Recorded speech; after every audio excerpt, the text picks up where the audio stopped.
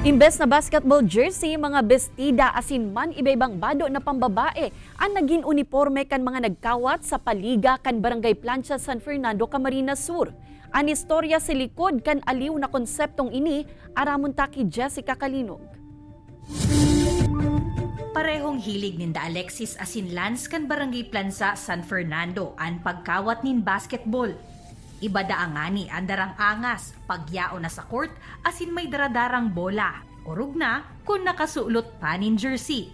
Alagad talagang napalaban subuot sinda sa pigbalehan na paliga sa saindang barangay. Imbes kayang basketball jersey, an saindang sulot na uniforme, mga bestida asin maniba-ibang bado na pambabae. Talagamang tanggalan angas kan mga player, sabay rampa palaog sa court kan saro-saro ng pinabisto. So totoo, makawat kamo o kamo an mga muse kan grupo. Di po ay mailang ta kaugmaan po para sa kaugmaan. Kaugmaan mo kang barangay mita. Bakla pagkabanggi. Lalaki pagkaaga.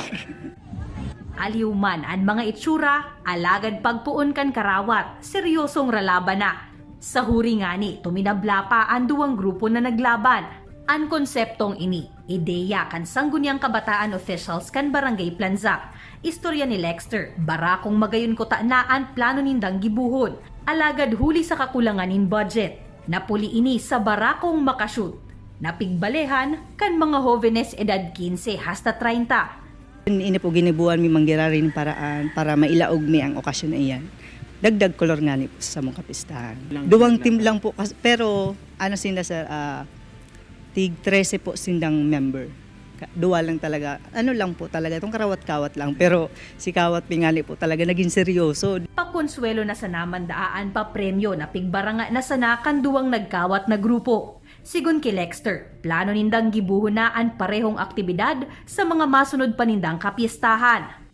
Bako man mag-arbo, alagad ang importante. An ugma na dara ka ini, na ididribble ninda asin buwelong na ipapasa hali sa mga organizer, pasiring sa mga player, hasta sa publiko na nakakadalan ka ini. Kaibanan si Carlo Abunita, Jessica Kalinog, Balitang Bicolandia.